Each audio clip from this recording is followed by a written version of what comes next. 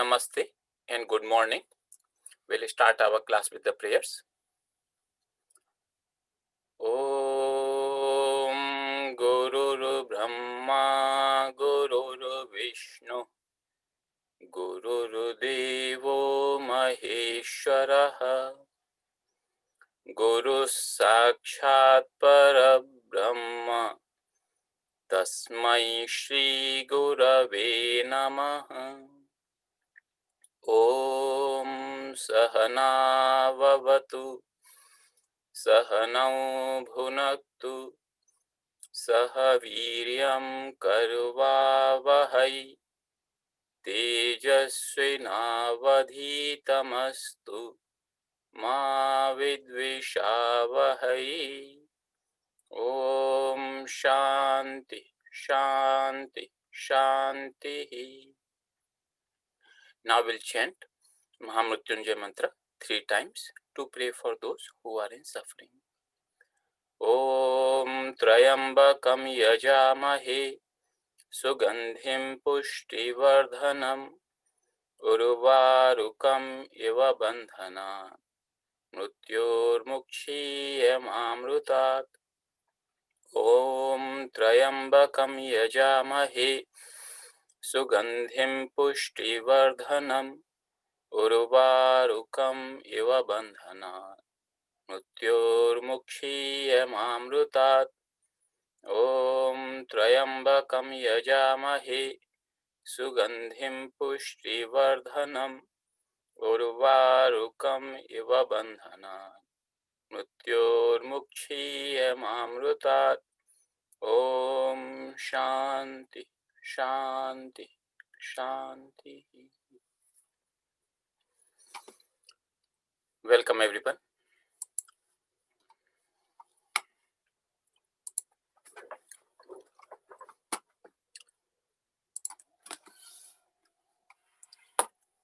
Today we have the class 17. We have one more class left after this for this course. What I'm intending to cover today is lesson 23 and 24, so that the next class can be used for any summarization of all the things, as well as any specific topics or questions you may have that you want me to go into details of that. So far what we did in the previous 3 classes, we covered the participles, and those are very important structures in Sanskrit. So we did the present participle and future participle in active voice, Kartari Prayoga, and that is for Parasmaipadi roots. So the suffix we studied was Shatru or At Pratyaya, like Gachat, the one who is going. And similarly the future participle Gamishyat, one who will be going. Then we saw for Atmanepadi roots, the same 2 participles, present and future, and Atmanepadi for Atmanepadi roots as well as for the Karta, active and passive voice, Kartari and Karmani Prayoga. So there the participle was Shanach or Ana. So Lavhamana, one who is getting something, and Gamyamana in the Karmani Prayoga, something which is being gone to. Then we saw the Bhute Krudanta or the past participle. They do not differentiate based upon Parasmaipadi or Atmanepadi verbs, but there are 2 participles here, one for Kartari Prayoga, the active voice, another for Karmani or Bhave Prayoga, but also used in active voice in certain cases. So that's what we saw, and these are all very important concepts in Sanskrit. Particularly this participle ta is used very extensively to make the nouns and adjectives. Generally adjectives, but sometimes those adjectives, when they become very popular, they can also be used as nouns. Today what we are going to discuss is just some more nouns and pronouns. So this is not really so concept rich as we had our previous classes in terms of participles.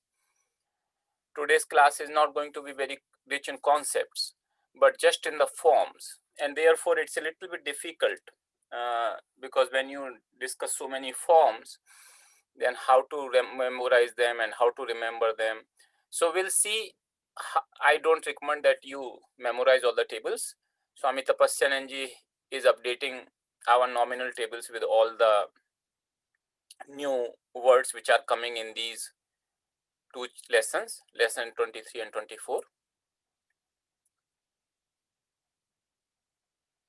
So you of course are recommended to refer to those tables and get an idea that how are they used.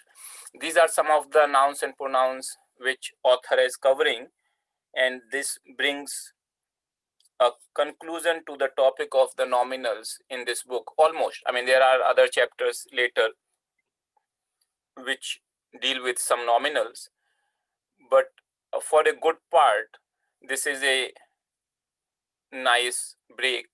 And then author is covering in this book, Sanskrit Subodhini, the book which we are following, a lot of verbs in different tenses, different conjugations, and those kind of things. So let's start that. Demonstrative pronouns.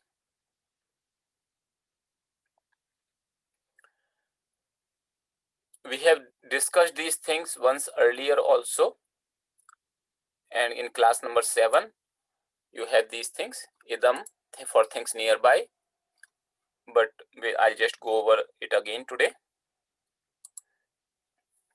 So there are 4 demonstrative pronouns. In English we have primarily 2, this and that, but in Sanskrit there are these 4. So idam for things nearby, others for distant things, tad is for remote, and etad is for something very near.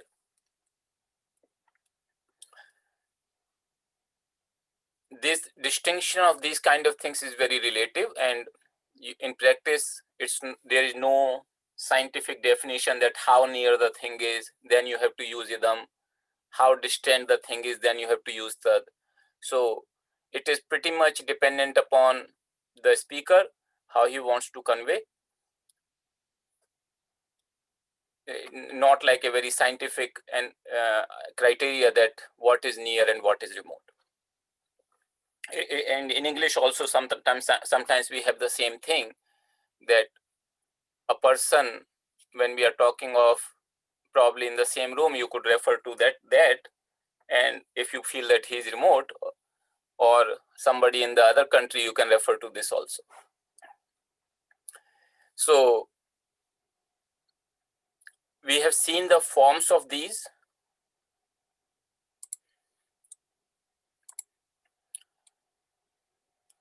So idam is more popular. So these two, the tad and etad, this we have seen many times in the past. Tad is sahataute, and I'll just show you first these two.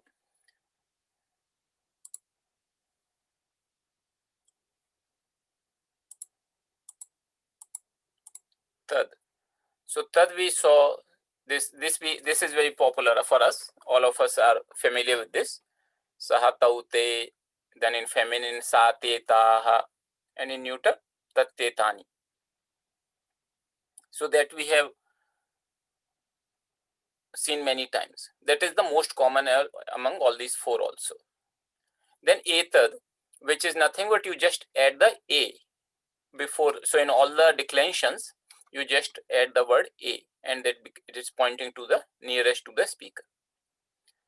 So these two are very similar and used quite a bit. Tad in particular is used the most extensively.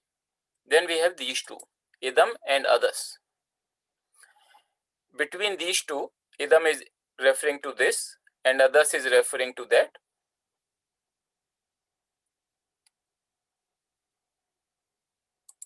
idam is more popular. So again, this all these pronouns are in all the three genders, masculine, feminine, and neuter. So these forms we have been using also in Gita, if you remember. We have been using many times in our Gita classes also. So ayam, iyam, idam, depending upon the gender. And then you see there are two forms here. And because we have been also doing the Gita classes, you all must be quite familiar that enam, this form is used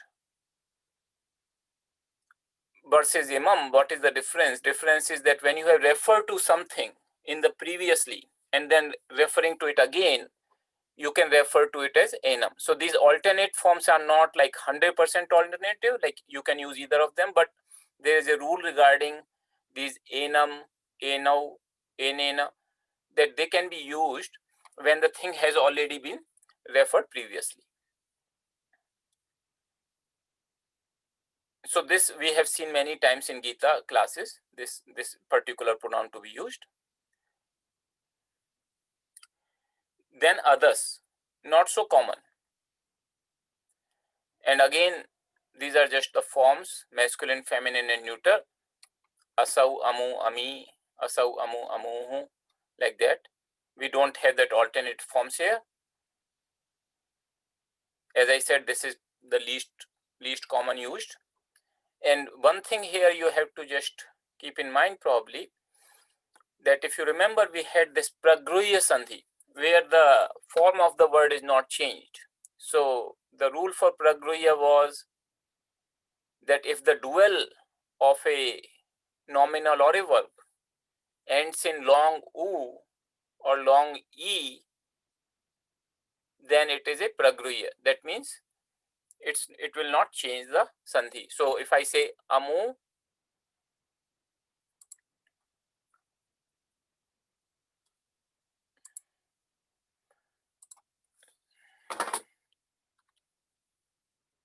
so like if you remember Hari, the nominal declensions,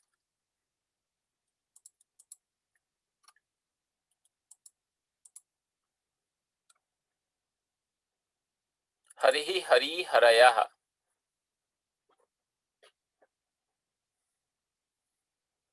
So if it is a dual and ending in ikara, the sandhi will not apply. So if I have to say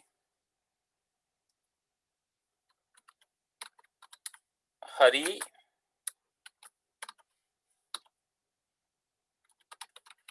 agachatah,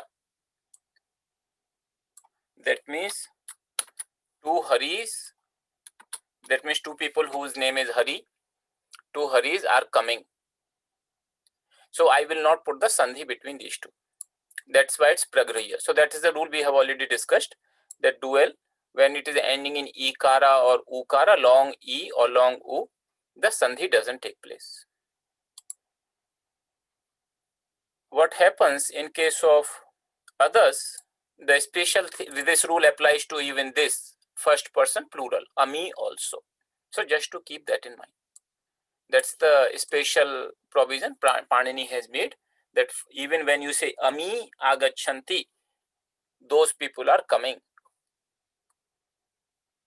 You will not put the sandhi between those two. So I'll just show you some examples for this idam.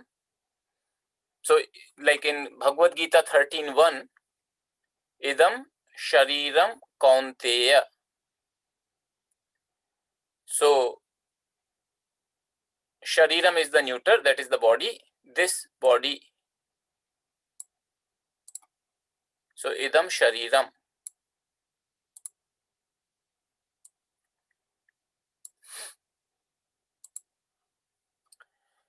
So because shariram is neuter, idam is also neuter. So idam, that is the form. If it were masculine, like this tree for example, I am vrukshaha, then it would be I am vrukshaha.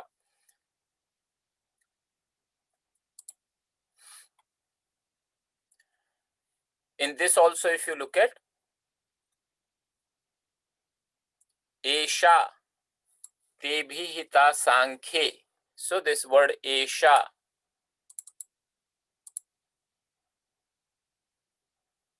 this.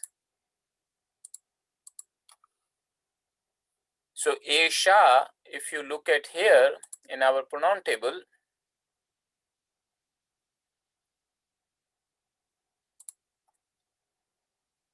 this is this one, Esha, feminine, nominative singular. So why is it feminine nominative singular? Because it is referring to buddhi. That is also feminine gender. So Esha, Esha buddhi, this attitude of mind. And this word I was telling you about, others, ami.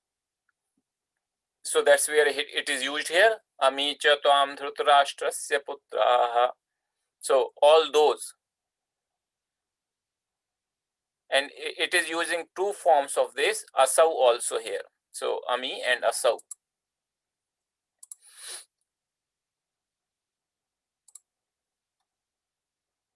Ami and asau. Asau is the nominative singular, ami is nominative plural, both masculine. So this verse interestingly has both. It's very rare, but in this verse they have used two times this particular pronoun. So tatha sau, it has become sandhi. So otherwise it's asau. So he has translated the yonder, there, or that karna, yonder karna. So that's a little bit poetic way to put yonder karna.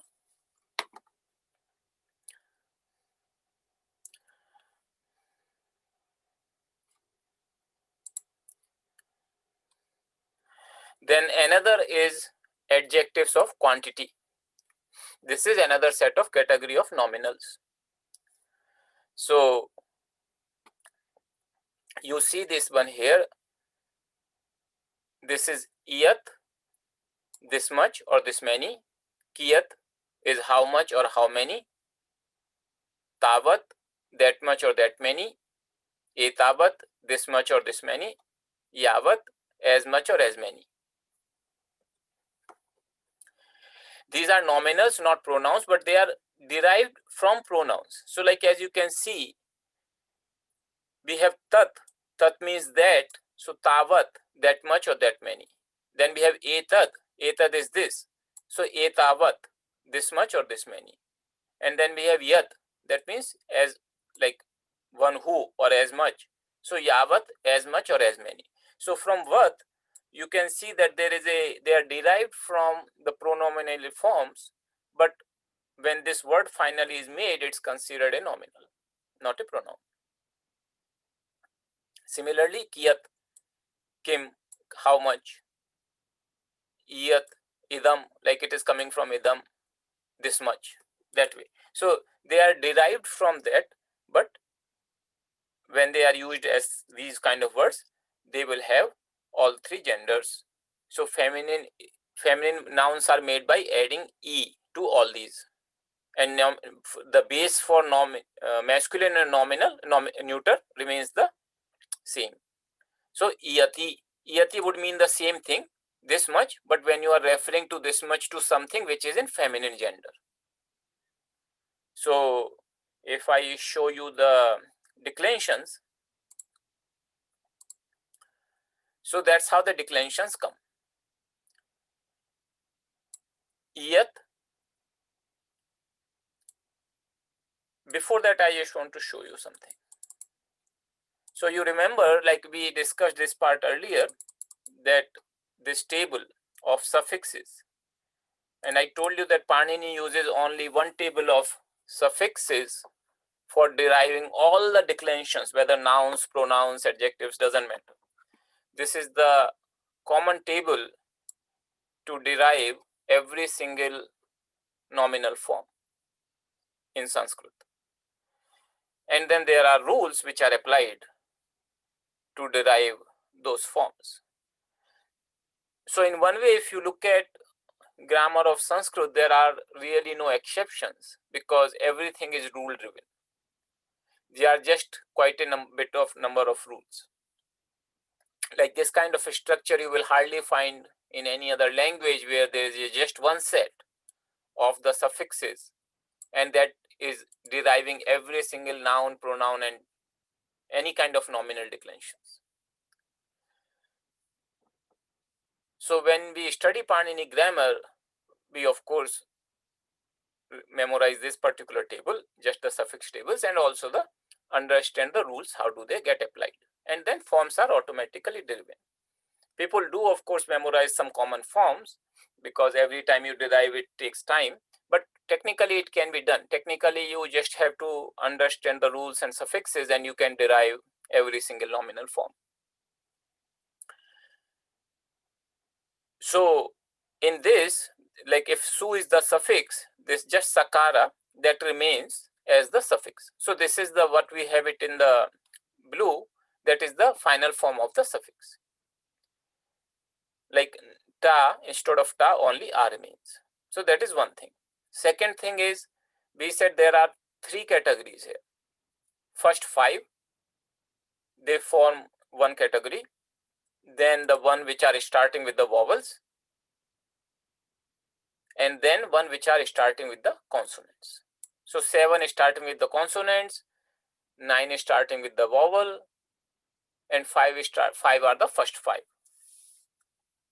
So these are the three categories, and some nominals, they will have slightly different forms in these three categories, like we saw Rajan earlier.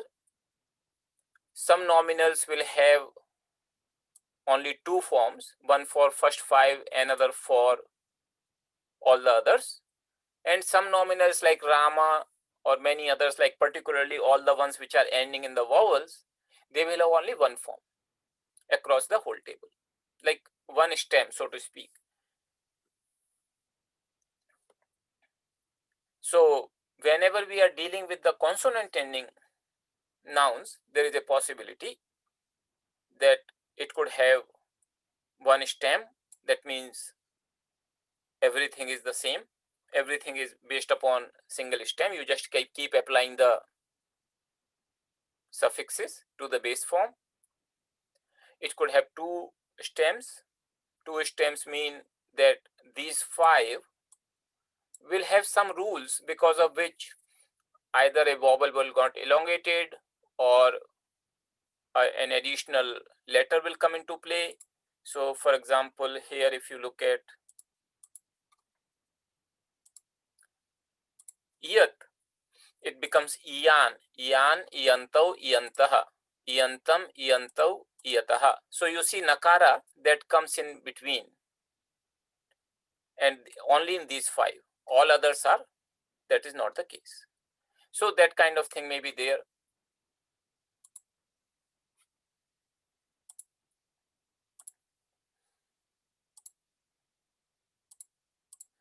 And in some cases, we'll have 3 different logic of deriving the forms, one for first 5, another for vowel initial, and still another for consonant initial. So that will be considered like a 3 stem. So that's how the terminology author has referred to in the book when you read the book, that 1 stem now consonant nouns, 2 stem, and 3 stem.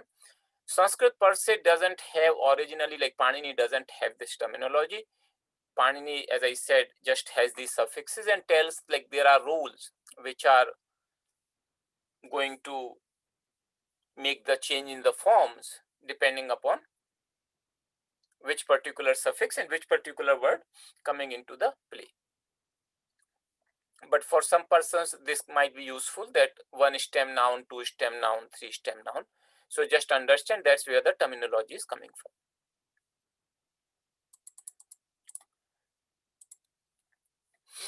As far as application is concerned, that doesn't matter at all, whether it's a one stem, 2 stem, or 3 stem. It is just the forms. The structure may change, but the application of, like, this always remains nominative singular, whether it is, and its use is also the same, irrespective of whether it is a having a special logic to bring nakara in between in the word or not. So these are the forms. I will not go over the forms. The only good thing about this is that because this becomes iyati, it is always derived. So because it becomes a vowel ending noun, and that is the good thing about feminine nouns, that most of the feminine nouns, they will have vowel ending. They will not have the consonant ending. And because they are vowel ending, it is, we already are familiar with the declensions, and there are no exceptions here. They are declined exactly the same way as the Nari, for example, we had already studied multiple times. Vowel ending nouns. So these are the, that's how the others are also derived. Tavat, etavat, yavat. So as I said, we will update the nominal tables to reflect these forms, and you can also look at in the book like yavat, yavan, yavantau, yavantaha. So, and again feminine becomes yavati, so that becomes easy to decline. You don't have to memorize anything separate to that. When you study Panini grammar in original, that time you can easily appreciate that how these forms are derived, and there is a logic which you can use common across the board. So it's not like a memorization, it's more like understanding there. But right now it may look like a lot of memorization.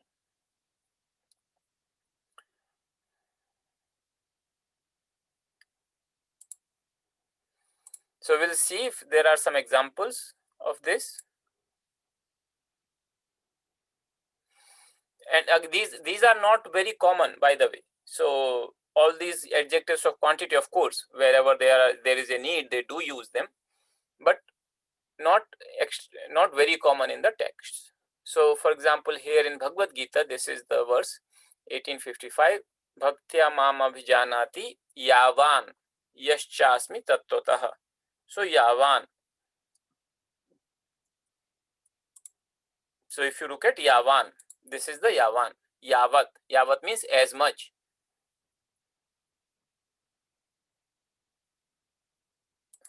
So as much I am, that is yavan. Asmi, I am. So what and who I am. So in that sense it is used.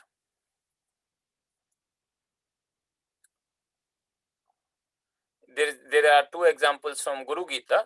They also use it here. So एवं श्रुत्वा महादेवी गुरु निंदाम करोति यः स याति नरकम घोरम यावत chandra divakarau. So this yavat becomes yavach because of the sandhi. Yavat chandra divakarau. So as long as there are sun and moons. So in that sense it is as much as, or here because it is more related to the time, so as long as Chandra Divakarau, the moon and the sun, they are like, idea is that as long as there are sun and moon means very, very long time, one will suffer. So this is from Guru Gita. And another is this one, Yavat Dehanta Kalosti. So this again becomes Yavat instead of Yavat because of the Sandhi. Dehanta Kalosti. Tavat. So this is also quite common when Yavat and Tavat, they come in pairs.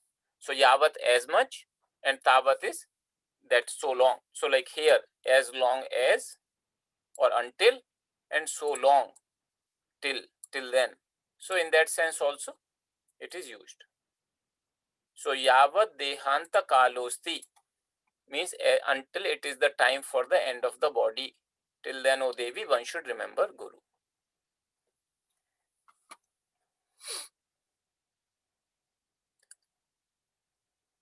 Another, so I'm taking all these examples from the scriptures. Then another is Etavat eva jignasyam. So etavat.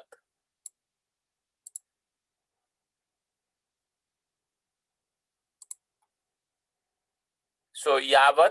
So exactly the same way etavat also would be formed. Like yavat, tavat. So all in that sense they are very similar. Like if you learn one, you can understand others also. So etavat, etavan, or If it is in neuter, then it will be yavat or tavat. So here it is etavat eva jignasyam, that which remains in every. So tattva, and here the verse is, it is from Bhagavatam, Srimad Bhagavatam, not from Gita. That yat syat sarvatra sarvada, that which remains in every place and time. Only this much is to be inquired. So only this much. So etavat eva, only this much. So eva is only, etavat is this much. So this much, this is the translation of etavat. So this is only this much is to be inquired by the seeker of self. What? That what is that which remains in every place and time. If one just inquires this much, this verse is saying that's enough. So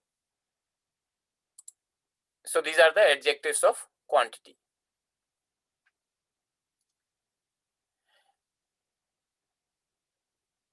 Then there is a pronoun called honorific pronoun. Bhavat in the masculine and bhavati for the neuter.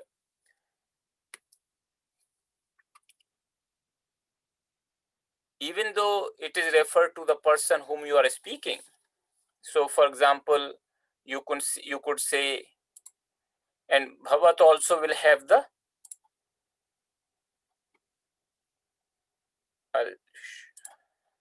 so bhavat will have the similar form. Bhavat, bhavan, bhavantau, bhavantah, bhavantam, and for the feminine it is bhavati, and because it becomes ikara, the forms are declined the same way. So for example, I can say bhavan gachhatu or bhavan khadatu, let me say. So if I say, for example, bhavan khadatu,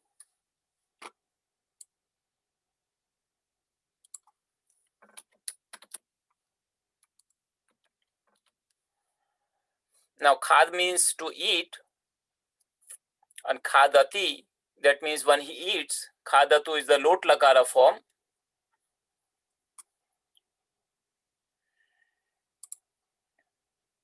So like gachat, gachatu, it's a lot lakara. That means may he go. Gachatu means may he go, because it's the third person singular. Similarly, khadatu, may he eat. But here, when I say it in bhavan, it means please eat. You may please eat. So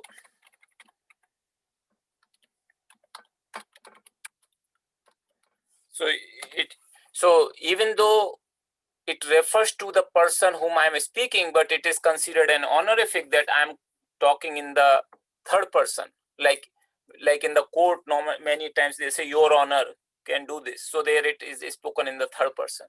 So in the same sense, this is a honorific pronoun which is spoken in the third person, and therefore the verb also comes of the third person. So if there are multiple people whom you want to speak like that, you will use the third person verb forms, not the second person verb forms. So second person verb forms are reserved only for the word tom. And many times you will see in the text, these two things are mixed. Like sometimes the speaker could say bhavan, sometimes he could say tvam, and like that. So this is particularly many people who try to learn speaking Sanskrit, they use bhavan because it is easier to use these forms to remember the third person forms than second person forms. So, but in texts, you will find more use of the second person forms. Sometimes you will see the third person forms with the bhavan. So for example, I'll show you Gita 108.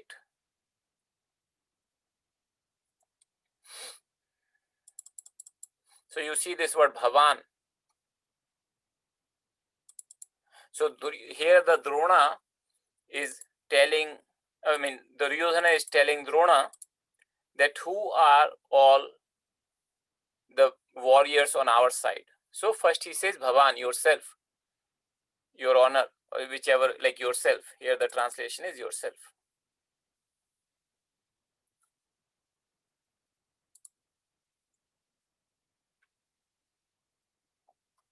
So then he says yourself and Bhishma and Karna, like that.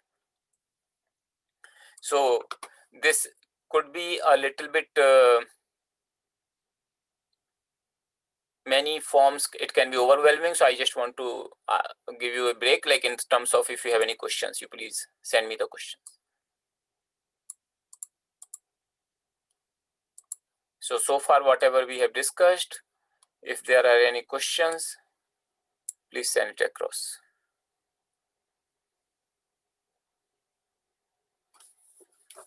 Okay, no questions, then we will move forward.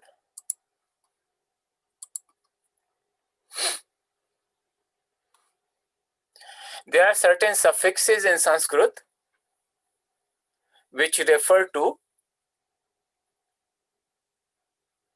possession of something.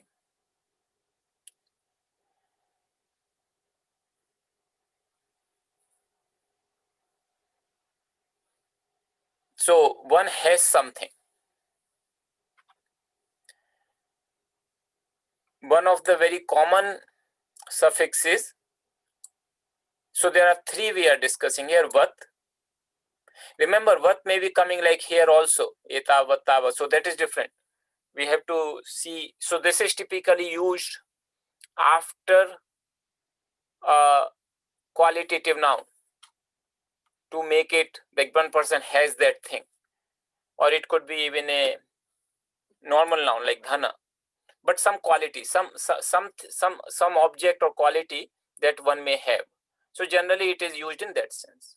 So vata is the one form, one suffix which is used. Then in, balin. So bala is the strength, one who has the strength. Then mat. So these are the three very popular ones. Mati is the intelligence, one who has the intelligence is mati, mat. So mati. So bala is strength, one who has strength, balin. Also can be used balabat. So you see, both suffixes can be used in certain cases, balabat or in. Bhagavat, one who has the bhaga. What is bhaga? Bhaga is, if you remember in our scripture class, once we discussed this, that these are the 6 qualities which are known as bhaga. So that's why Bhagavat, Bhagavan. So Aishwaryasya Samagrasya Dharmasya Yashashaha Shriyah Jnana Vairagyayoshaiva Shannam Bhaga Iti Rana. He that possesses these 6 attributes of absolute. That means absolute sovereignty, absolute dharma, absolute fame, absolute wealth, absolute knowledge, absolute renunciation is known as Bhagavan. So this word Bhagavat, it is declined and it becomes Bhagavan. So just like Yavat, Yavan, it is declined in the very same way. Gatavat, Gatavan. So if you remember here, it is very similar to this one, Gatavat. We had this one, Gatavat. So Bhagavat. So both are ending in Vat and both are declined exactly the same way. Gatavan, Bhagavan, Bhagavantau, Bhagavantaha, like that. But the meaning is different. Gatavat is a participle, means one who went, and the Bhagavat is actually referring to a nominal way which indicates a suffix that a person possesses something. So the forms are similar, but the meaning and the way it is made also is different.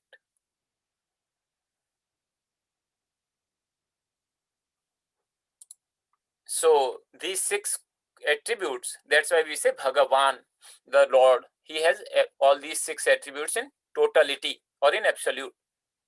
All of us have these attributes. All of us have some sovereignty, some dharma, some fame, some wealth, some knowledge, some renunciation, but not in absolute. Lord has all these things in absolute measure. So he is called Bhagavan, Bhaga. So Balavan, similarly it becomes Balavan. For feminine, it becomes E, Bhagavati, Balavati, like that. Similarly, Matiman, Matimat. So the difference between Vat and Mat is that when the previous word is ending in Akara or Akara, and this is just a general rule I'm telling you, then it is Vat, otherwise it is Mat. So when the previous word is ending in Akara or Akara, then it is Vat, otherwise Mat. So Mati Mat, one who has intelligence. So Matiman, Dhiman, very common. So these kind of nouns are very commonly used. Balin.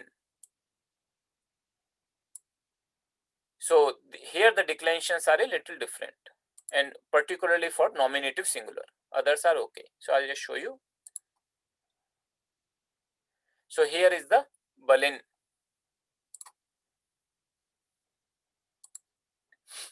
So Bali, Balinau, Balinaha. So first one you have to just remember it Bali. So it is, that's how it comes.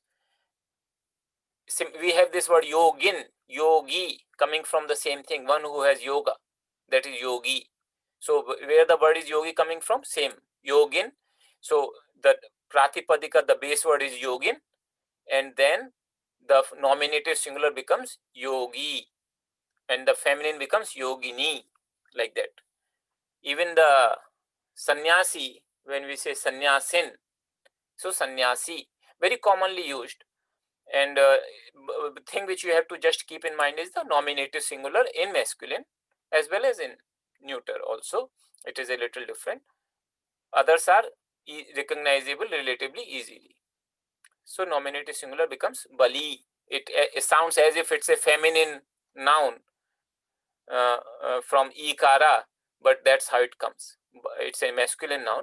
So so many words which you see are being used in masculine ending in ikara, just think that there could be a possibility of it having a possessive kind of noun, balin, like that. Somebody possesses some quality.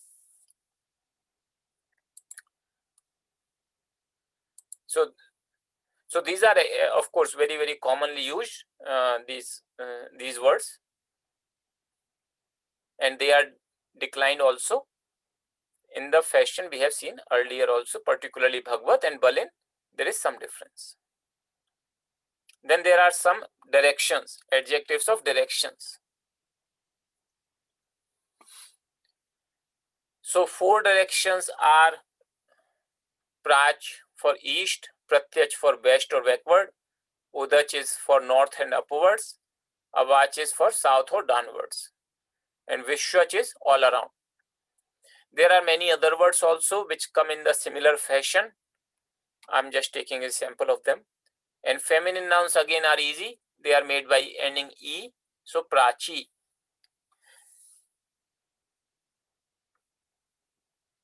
So Prach, Prachi. And if you look at here, that's how they are used. Prach, Prachi for the east direction.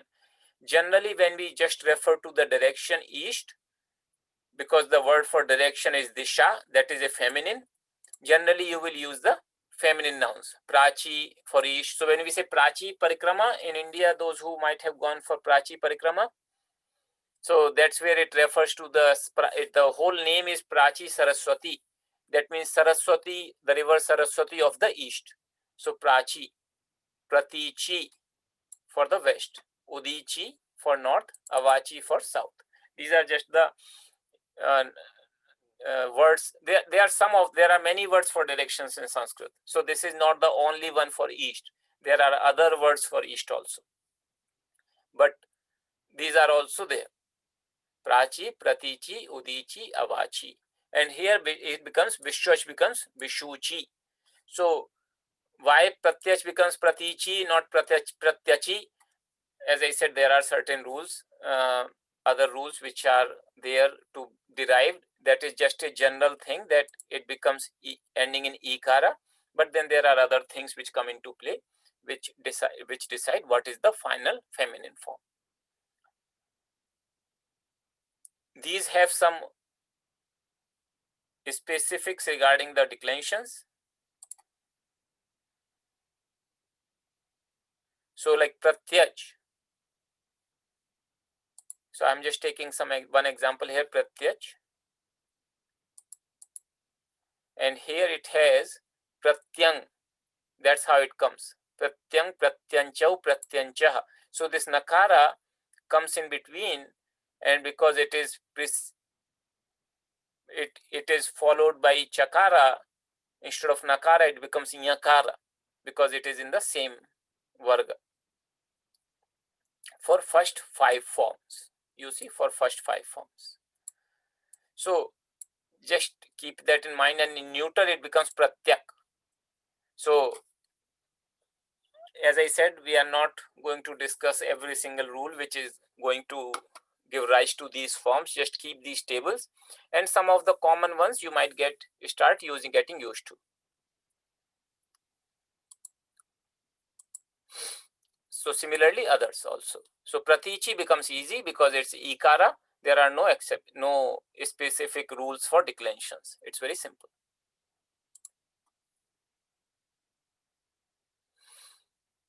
Then this is important, degrees of comparison.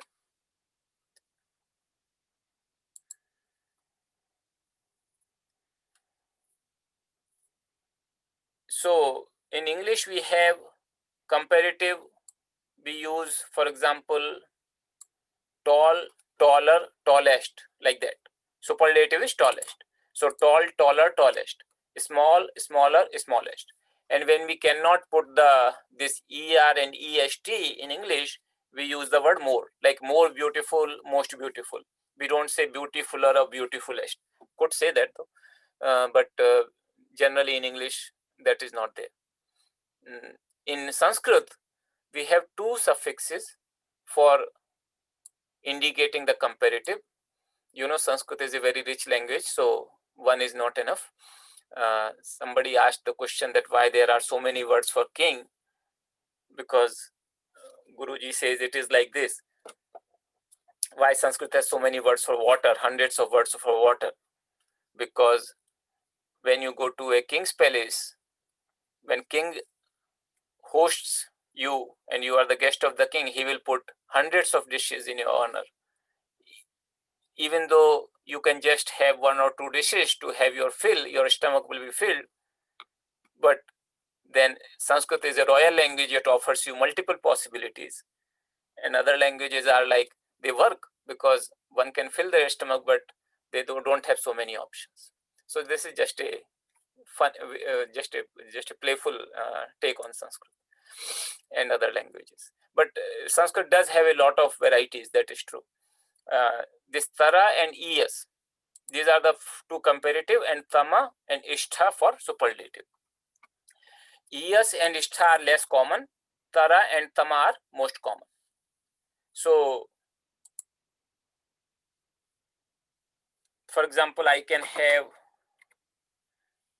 if I have a word called sundara is for beautiful, then all I have to do is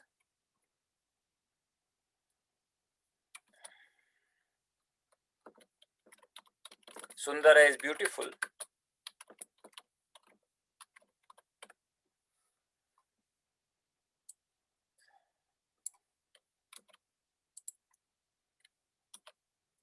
Then I can have here sundar tara, more beautiful.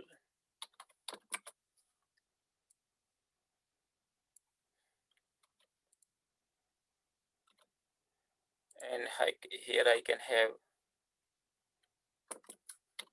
sundar tama,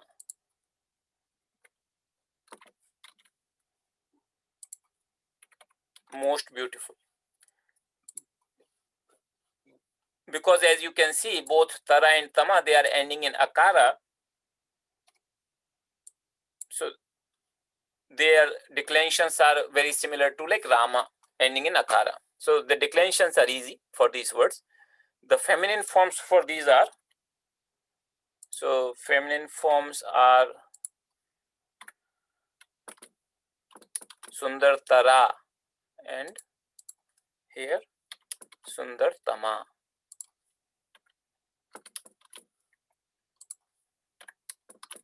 So these are feminine.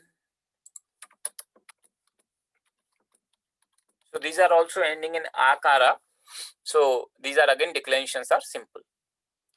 For ES and Ishtha also, because it's ending in Akara, that is also easy for superlative, though less commonly used.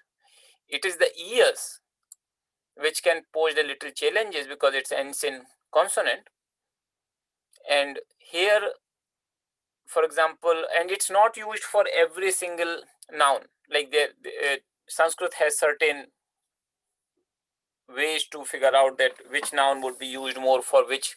So Tara and Tama are most common and generally can be used with almost all the nouns. But ES and Ishtha, there are certain nouns which they can be used with. The list is given for our own purposes in the book, textbook. You could refer to that. So like Laghu. Laghu is a word for small.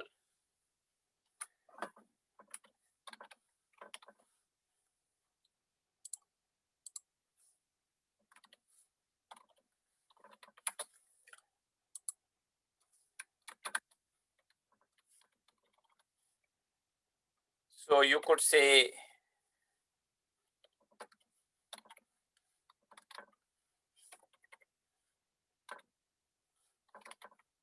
Laghutara for smaller, or you could say Laghiyas. Both means smaller.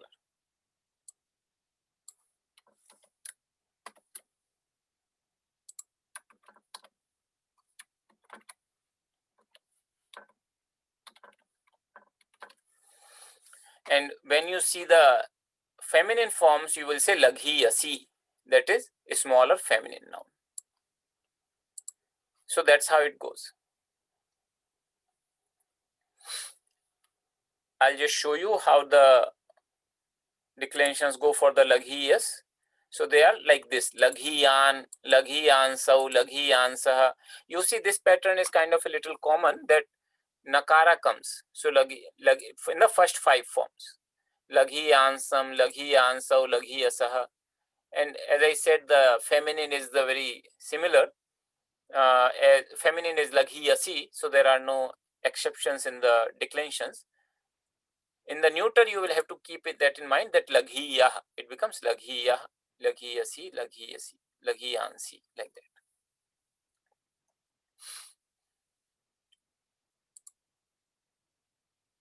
Then there are some others. Again, I'm not going to go into a great detail for these, but there are some nouns ending in vas, with vas, for learned person, and Vidushi is the feminine form. So with vas and Vidushi, and this is the word comes from Vidwan, which is a very popular word in Sanskrit and also in many other Indian languages. Vidwan means the learned person. So it's coming from vidvas. Vid, if you remember the root with means to know. So that's how it is coming from. So Vidushi for the feminine, Vidwan is the masculine. So these are the declensions for Vidwan. So with this, I just want to ask if you have any questions.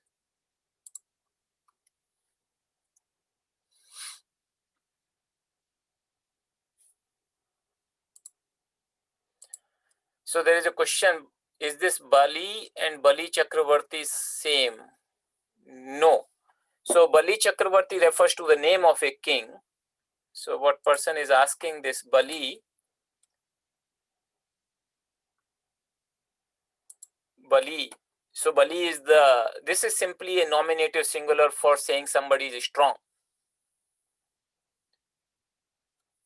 But Bali Chakravarti, that is the name of a king who is basically Bali Chakra or Bali Chakravarti. That is typically written with the ikara, not ikara.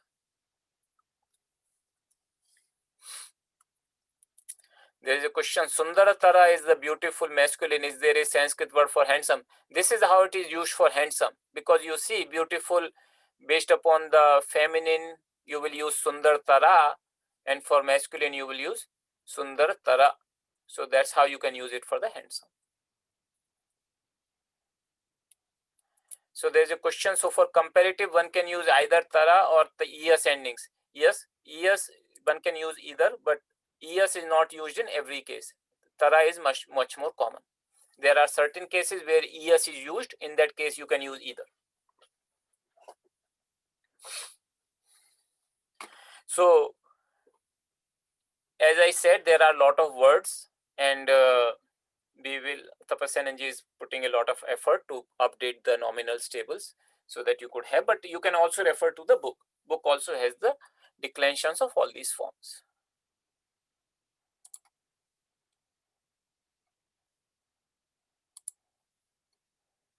So here the way it is used, this particular word, so if I say Krishna is more beautiful than Rama, then you will say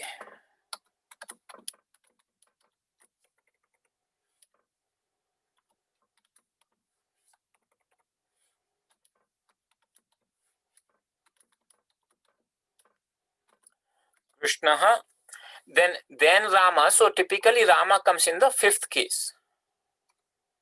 So Ramat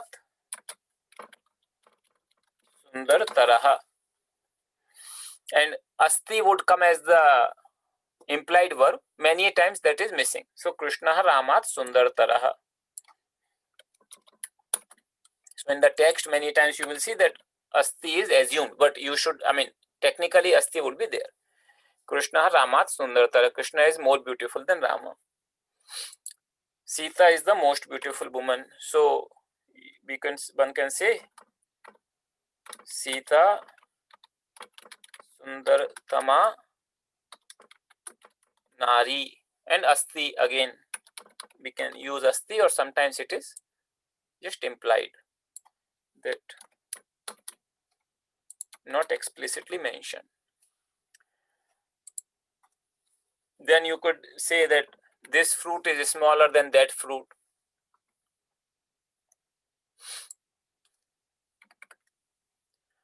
So now we can use this and that, these forms which we studied, idam and others. So this fruit, so because fruit is neuter, not in the, like the word for fruit is neuter, not that fruit is neuter. Like in Sanskrit, it is the specific word which is neuter. So idam, we will use idam. So idam phalam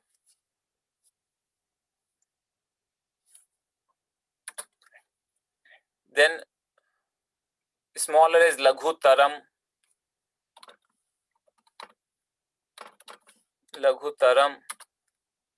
Then that fruit. So that fruit will come in the fifth case.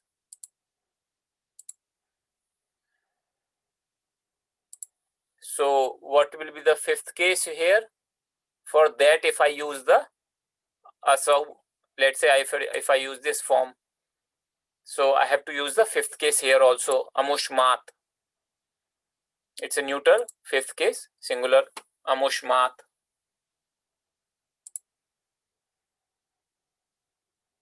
So normally that comes before the comparative adjective. So amushmat falat lagutaram.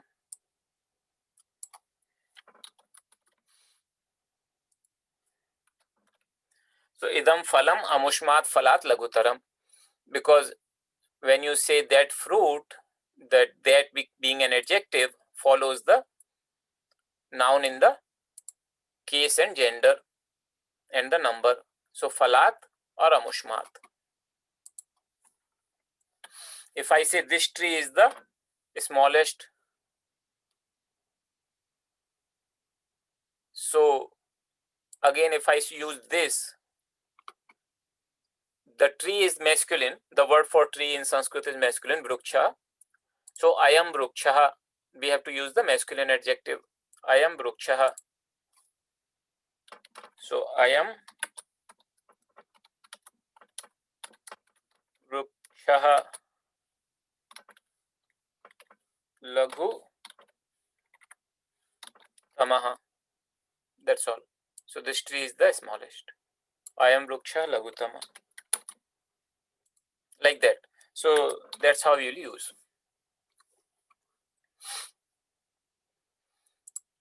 Okay. So we have a class work here. Please, you have to refer to the book because all the vocabulary etc. would be in the book. So please do refer to the book in order to solve this. Whatever you can solve, and then we'll try to solve them after the class break. So right now it is 10:02. We'll have a 12-minute break, like 10:15. So in the meantime, you can also feel free to send the questions, and I'll answer those questions on the chat in the chat window. But try to solve, even if you try to solve one or two, that would be good.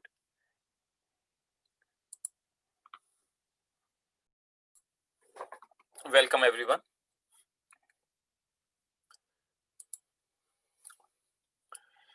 So before we start solving these things, I just want to tell you that as the last class of this course would be next class, or next class would be the last class for this course, class number 18, as we already had discussed earlier.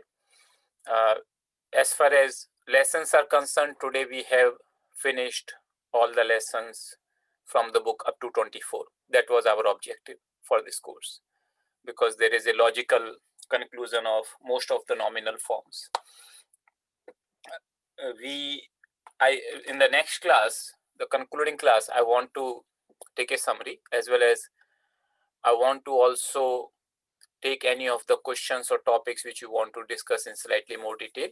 So please feel free to send the email that if there is something which is not very clear to you and you would like me to do a little bit more detail on that, I can do that. But it's better that you read it first also from the class notes, as well as look at the video, so that you can understand. We cannot, of course, have the repetition of the class, but I can definitely, if there is some particularly sticking points which I cannot reply on the email, and it is something which is of common interest to many people, then I can explain that in the next class, concluding class. So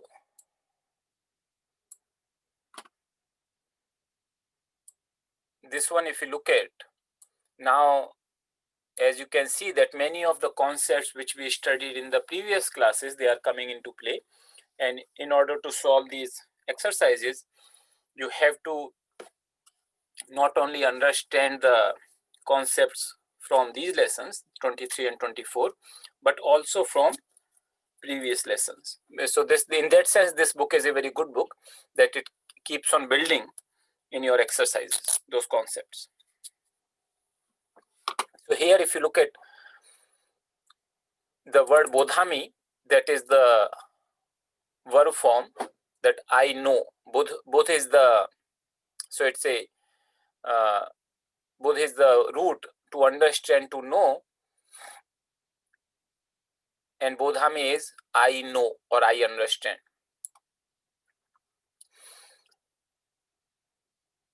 So and what is bhashitam? Bhashitam is the past participle. So if you remember, it's the ta pratyaya. Hasit, like hasita. Has is to laugh, and hasita. Similarly, bhash means to speak. Bhashita. So bhashitam. Vachanam, it is neuter. So it is bhashitam vachanam. na bodhami. So I do not understand the spoken words. Bhagavata buddhena. So this is the third case, buddhena, by Buddha, and Bhagavata is the third case also, Bhagavat. So that is the word which we studied today. Bhagavat, Bhagavata. So third case singular, Bhagavata. So Bhagavata buddhena, by Lord Buddha. So the meaning is, I do not understand the words spoken by Lord Buddha.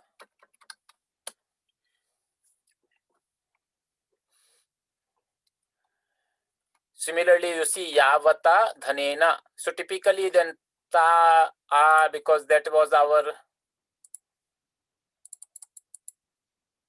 like ta a. So third singular is a. This is just an indication because there could be many forms which are ending in a, but you get an idea that for a consonant ending form ending in a, there's a good likelihood that it could be instrumental singular. So Yavata Dhanena. Dhanena is also, of course, instrumental singular of Dhanam. Munish Tushyati. So this is one clause because the verb comes here. Tushyati is the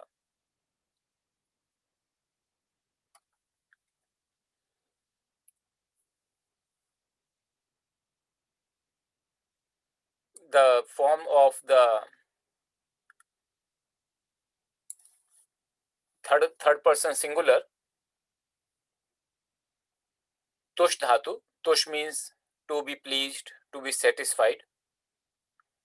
So by as much, Yavat means as much.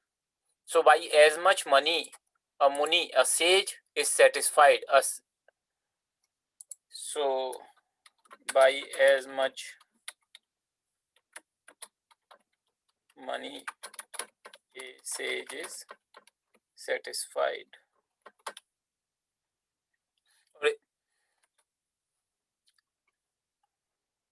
Tavata tomna tokshasi. By that much. Tavata means, so again it is yavata, tavata. Many times they come in the relative and correlative clause. By that much you will not be satisfied. By that much you will not be satisfied.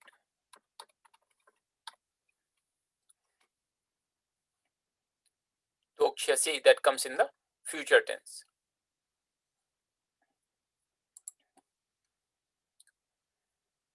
So this is Pita Putram Upagamya Avadat. So the way this word is here, Pita Putram Upagamya Avadat. That's how it is. Pita Putram Upagamya Avadat Ayushman Bhava iti. So Pita is the father. If you remember those nominal tables, Pitru. So Pitru is the Pita is the nominative singular, father. So father spoke, avadat. That is the past tense of the vad. Avadat, father spoke. To whom? Putram. Putram is the second case singular. So father spoke to the son. Putra is the son. So father spoke to the son. Upagamya, approaching. So approaching the son. Approaching Putram Upagamya, approaching the son, father spoke. So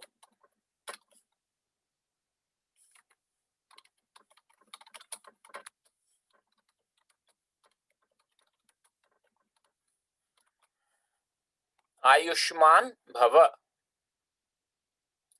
So Bhava is the verb form and it is a lot lakara, like Gacha, Bhava, be. So it's coming from Bhu Dhatu. Bhu means to be. So Bhava, be.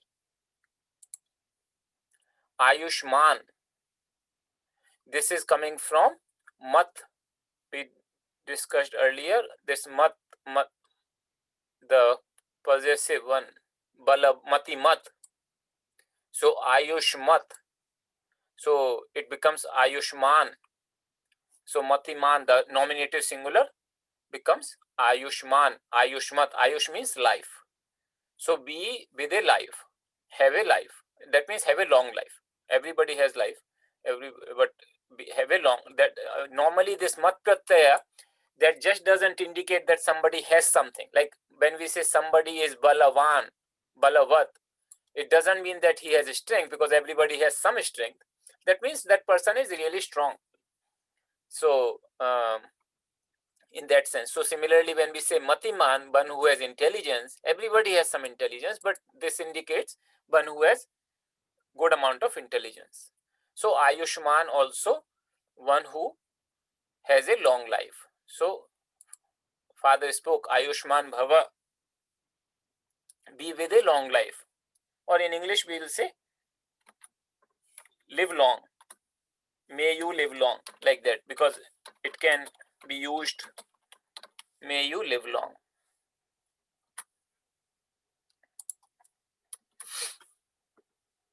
Because in lot lakara can be used for command as well as for the wish. So you cannot command somebody that live long. So it will be more like a wish, like a benediction, that may you live long. Ayushman bhava.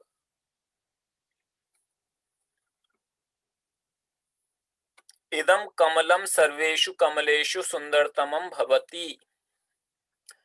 So idam kamalam, we have already seen this kind of construction. Idam is the neuter because kamalam is the neuter. So this lotus, sarveshu kamaleshu, as you can see from the suffix, it is shu, like rameshu. So it is seventh case plural. Sarva means all, kamala means lotus, and the sixth case plural and seventh case plural. So both sixth case plural and seventh case plural, when you have these words, they can be used that among. So when you are identifying one out of many, normally you use the sixth or seventh case. Both are okay. So here it is used seventh case, that among all the lotuses, Sundartamam, the most beautiful. So this lotus is the most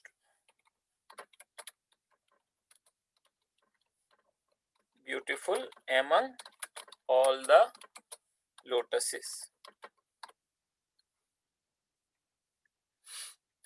Asmat sundar taram kamalam jagatin maya drushtam. This is a little bit involving a lot of concepts. So asmat. So asmat is, as you can see, like it kind of gives you a clue, like ramat. So it's a fifth case singular, and fifth case singular of ayam or idam also. Idam. In this case, it will be idam, neuter, because it's a neuter. Asmat, fifth case singular.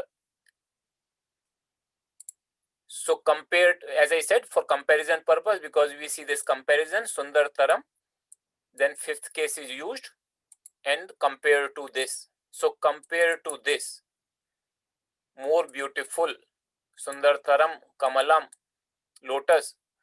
So more beautiful than this, more beautiful lotus than this, Jagatina Maya Drushtam. Now what is Jagati? I don't know if any of you can recognize this, but Jagati is, we saw this like Marut, Sarit, Jagat. This is a neuter word, Jagati. This is the seventh case singular. This is not a verb form.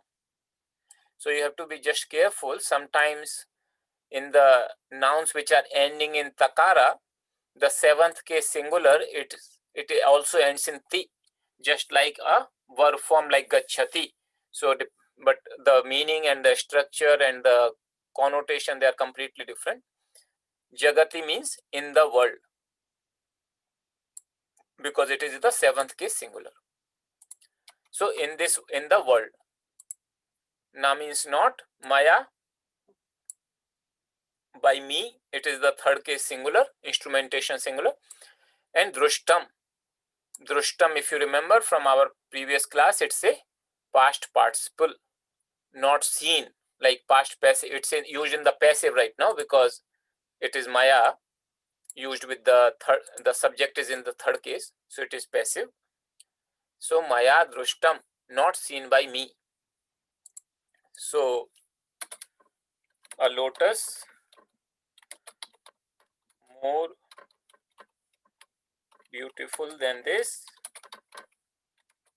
is not seen by me in the world.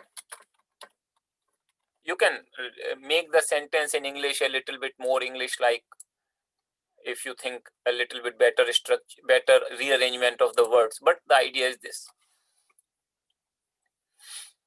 Shastram shastrat baliyah. Shastram shastrat baliyah. So shastram is the neuter noun, shastra is the scripture or the holy text. It's a first case singular. Shastrat, it is the fifth case. So like Ramat, why it becomes dakara? Because of the sandhi rule. It is baliyah. So before bakara, it becomes takara, becomes dakara. That's a consonant sandhi rule. So shastram shastrat baliyah. What is baliyah? So that is something which we had from today's lesson. Balin, one who has.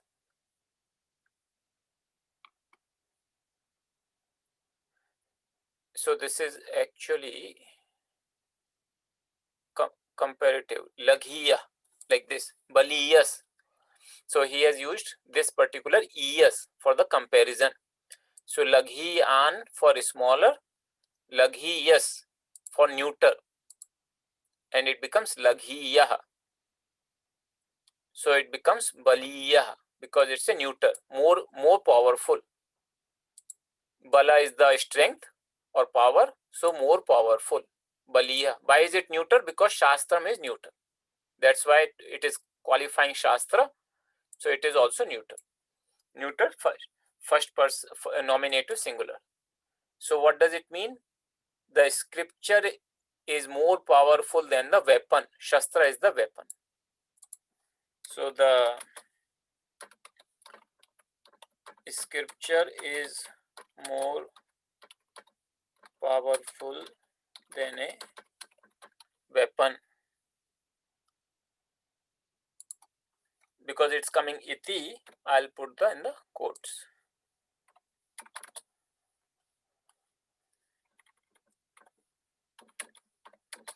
Iti dhimanto manyante. So dhimantaha, it is the dhimantaha becomes dhimanto, the sandhi rule. And it is also something which we saw today. Bhagavat, Bhagavantaha, Dhimat, Dhimanta. It is a mat pratyaya. That means one who has something. Dhi means intelligence. So Dhimat means intelligent person. Dhimanta means many intelligent person. It's a plural. Because manyante, you can see this is also a plural verb form. Manyante. So manyante is consider or think. So wise people. Thus, so wise people consider. So you can, in English normally we can put this later. So wise people consider the scripture is more powerful than a weapon.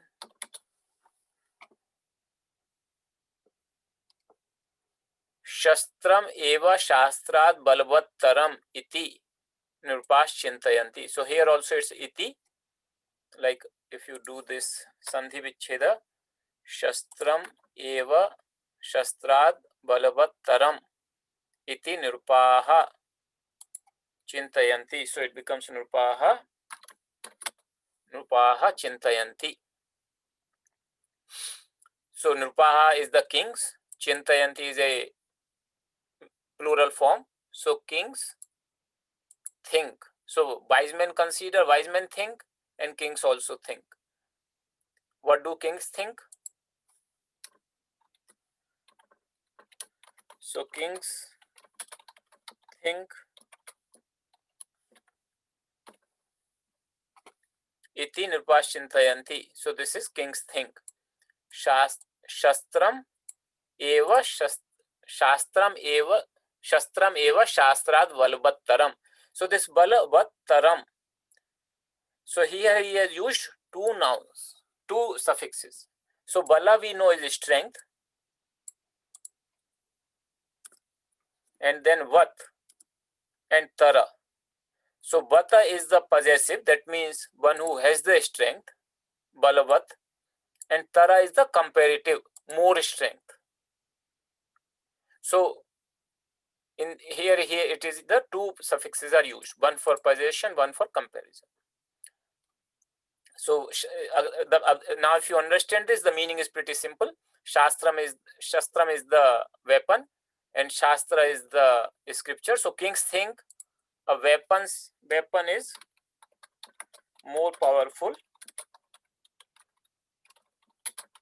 than a scripture. That's the king thing. That's what the kings think.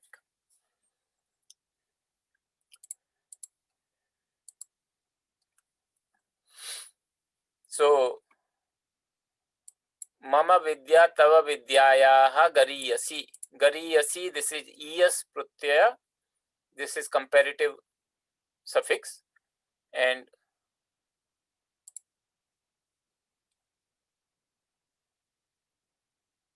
laghi yasi. So like it is a feminine one. So laghi yasi. Gari yasi. Gari means, so laghi means small, gari means greater. Guru, it's coming from the word guru. Guru gari yasi. So mama vidya, my knowledge is greater than your knowledge. Vidyayaha, it is the fifth case singular. So tava is the yours, mama is mine. So my knowledge is greater than your knowledge. Iti kavina bhashitam. Thus spoke the poet, or was spoken by the poet. Was spoken by the poet. Kavina is the third case singular of kavi. Kavi is poet. Or in English, we can simply say the poet spoke. The poet said, my knowledge is greater than your knowledge. So I hope this kind of gave you some idea that how to translate these sentences. We have both the exercises uploaded for lesson 23 and 24. If there are any questions, please ask. Otherwise, we'll close the session. So if there are no more questions, we'll close the session with the prayers.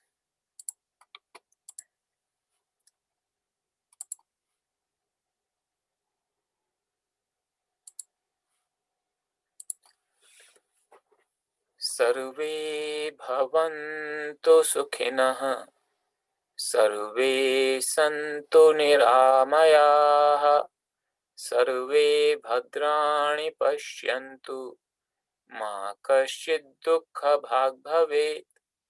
ॐ पूर्णमदः पूर्णमिदं पूर्णात् पूर्णमुदच्यते पूर्णस्य पूर्णमादाय पूर्णमेवावशिष्यते.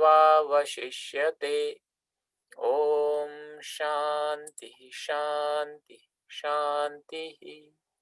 Thank you all.